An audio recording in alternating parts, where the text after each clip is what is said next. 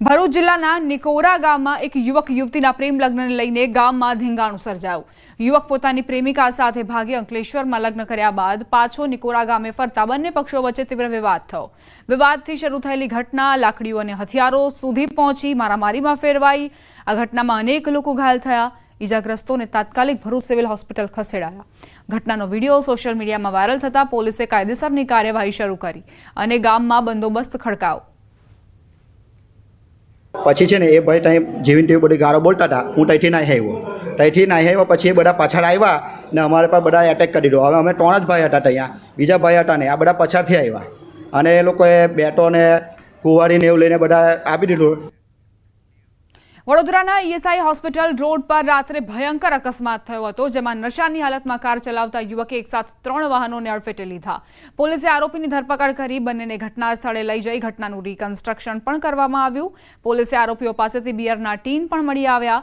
સમગ્ર ઘટના સીસીટીવીમાં કેદ થઈ છે। આજે સવારે 9:30 ની આસપાસ ગોત્રી પોલીસ સ્ટેશન વિસ્તારમાં હરિનગર બ્રિજ થી પ્રથમ 4 રસ્તા તરફ જતા એસબીઆઈ બેંક આગળ એક અકસ્માતનો બનાવ બનેલ, જેમાં પોલીસને જાણ કરતા પોલીસે સ્થળ પર પહોંચી અને જે અકસ્માત કરનાર જે વાહન છે એમાં બેસેલ માણસો ને ચેક કરતા તેઓ નશો કરેલ હાલતમાં હોવાનું જણાઈ આવેલ। રાજકોટ શહેરના વગડ ચોક પાસે મનપા સંચાલિત ટીપર વાનના ચાલકે દારૂના નશામાં અકસ્માત સર્જ્યો। આરોપ છે કે ચાલકે બાઇક ચાલકને અડફેટે લીધો। જાગૃત નાગરિકે દારૂડિયા ટીપર વાન ચાલકનો વિડીયો બનાવી સોશિયલ મીડિયામાં વાયરલ કર્યો। આ મામલે પોલીસે વધુ તપાસ હાથ ધરી છે।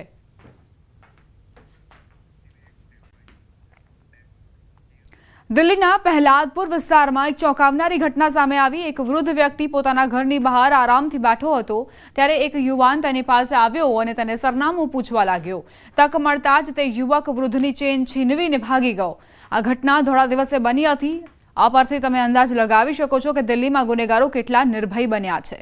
લોકો પોતાના ઘરની બહાર પણ સુરક્ષિત નથી। ગાઝિયાબાદમાં હાઈ સ્પીડ કારનો કહેર। કવિનગર પોલીસ સ્ટેશન વિસ્તારમાં આવેલી ખાનગી સોસાયટીમાં હાઈ સ્પીડ કારનો કહેર જોવા મળ્યો। સોસાયટીના ગેટ ઉપર ઉભેલા સિક્યોરિટી ગાર્ડને કાર ચાલકે ટક્કર મારી હતી, જેના પરિણામે ગાર્ડ ઘાયલ થયો અને તેને તાત્કાલિક હોસ્પિટલમાં દાખલ કરવામાં આવ્યો। સમગ્ર ઘટના સીસીટીવી કેમેરામાં કેદ થઈ હતી અને તેનું ફૂટેજ સોશિયલ મીડિયા પર વાયરલ થયું।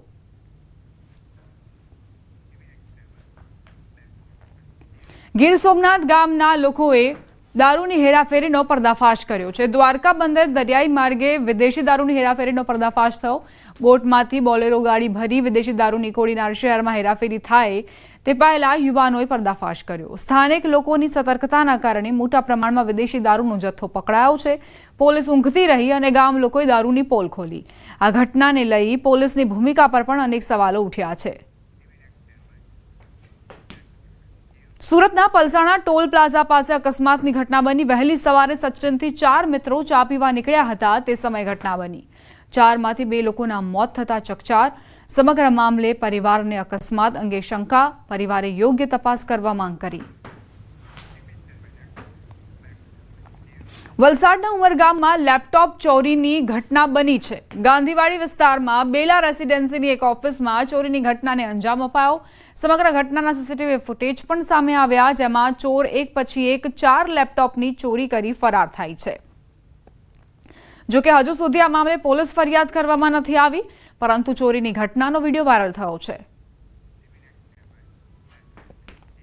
સુરતના 200 કરોડના હાઈટેક સાયબર ફ્રોડ કેસમાં વધુ એક મોટો ખુલાસો।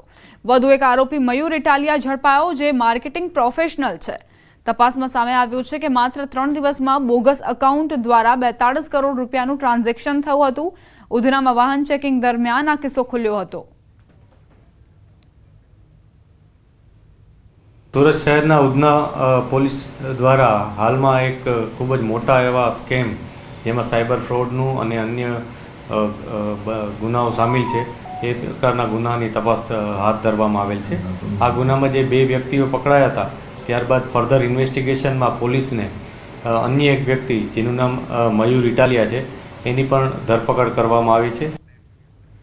રાજકોટ મહાનગરપાલિકા દ્વારા શહેર પોલીસ, ગ્રામ્ય પોલીસ, કલેક્ટર કચેરી, યુનિવર્સિટી અને BSNLને કરોડો રૂપિયાના બાકી મિલકત અને પાણી વેરા મુદ્દે નોટિસ પાઠવવામાં આવી. શહેર પોલીસના 12 કરોડથી વધુ અને ગ્રામ્ય પોલીસના 31 લાખથી વધુના લેણા નોંધાયા. કલેક્ટર કચેરી પર 8 કરોડથી વધુનો વેરો બાકી છે. સામાન્ય લોકો સામે સખત વલણ અપનાવતી મહાનગરપાલિકા સરકાર તંત્ર સામે વર્ષોથી ઢીલી નીતિ અપનાવતી હોવાનો આરોપ છે. હવે જોવું એ રહ્યું કે આ નોટિસ બાદ સરકારી તંત્ર વેરા ભરે છે કે કેમ. તો ગઈકાલે મારા દ્વારા માનનીય DMC નંદાણી સાહેબ અને મહેકમ શાખાના આસિસ્ટન્ટ કમિશનર ધડુક સાહેબને મેં સૂચના આપી છે કે ક્રમશઃ જે સરકારી કચેરીઓનો જે ટેક્સ બાકી આ ટેક્સ વસૂલવામાં આવે. લાસ્ટ યર રેલવેએ પણ અમને ટેક્સ આપી દીધો છે. હવે આ વખતે અમે પોલીસ કમિશનરની કચેરી રાજકોટ શહેર પોલીસનો જે ટેક્સ બાકી છે એના માટેની પણ અમે લોકોએ નોટિસ ઇસ્યુ કરી છે. રાજકોટ મહાનગરપાલિકાની સ્ટેન્ડિંગ કમિટીની બેઠકમાં આજે 116 કરોડથી વધુના વિકાસ કાર્યોને મંજૂરી અપાઈ.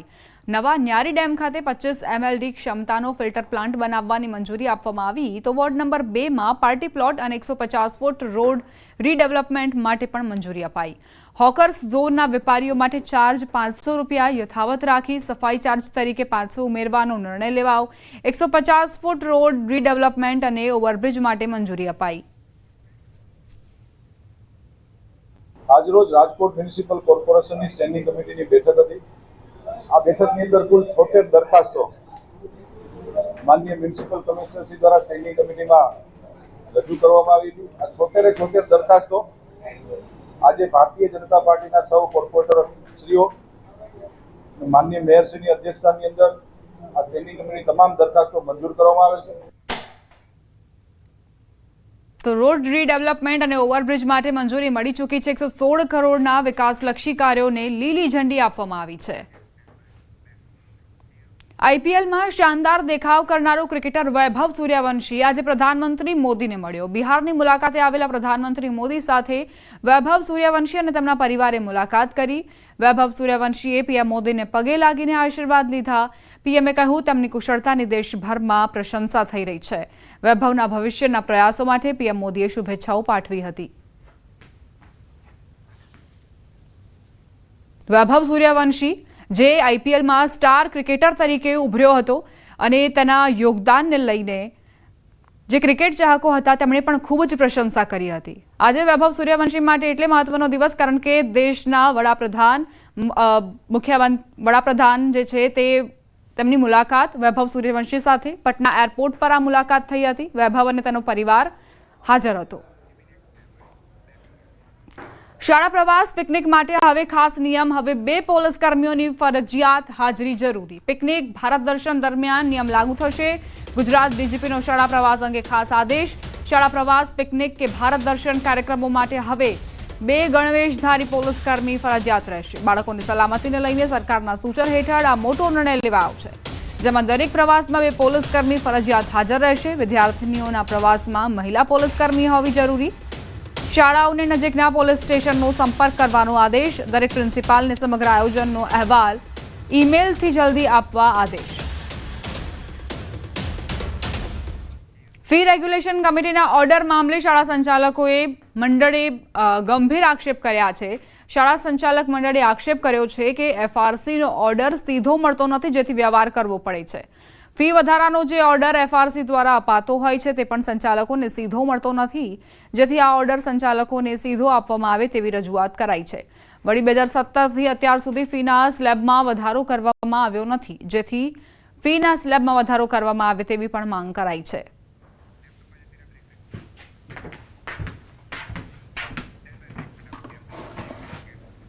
રોકાઈશું એક બ્રેક માટે. આપ જોતા રહો News 18 ગુજરાતી.